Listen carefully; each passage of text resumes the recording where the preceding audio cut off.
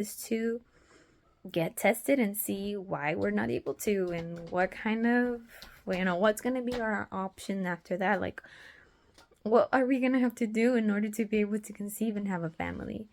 And I was already starting to, like, think of all the our different options, like all the different things that we can do. And but then, so it had already been, like, we started trying to conceive at the beginning of 2021. It had already been 6 months later, half a year. To a lot of people, maybe that's not a lot of time, but for us, for me, that already felt like a really long time. Like if I had been waiting an eternity, that's what it felt like for me. And so I reached the point. By then, I was just like, you know what? Okay, God, like, clearly your word states in the book of Psalms that we do not create each other. You create us. So you decide when we are born. You decide everything. You're the creator of us, of everything. And so I finally was like, okay, I have clearly no power or say in this, and when this is going to happen and how this is going to happen. I don't get to choose anything. I just have to put everything in God's hands and depend on Him. And whenever He says that we're ready, then we will receive our blessing, our child. And so that's when I finally was like, okay, God, just take over. Just please give me the patience to be able to wait, because I feel like I'm already reaching my limit. I don't know how much longer I can take. If I have to wait 2 years or longer, like, that's gonna drive me insane.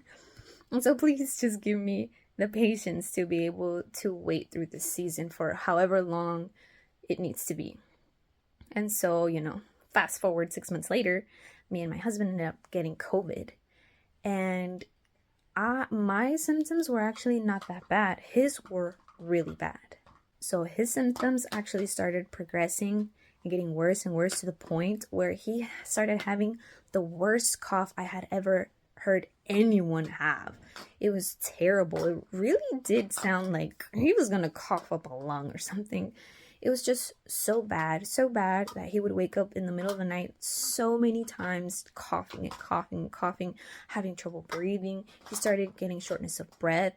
He had to even on occasion try to sleep like on his belly, completely facing down, because he was just having a hard time breathing.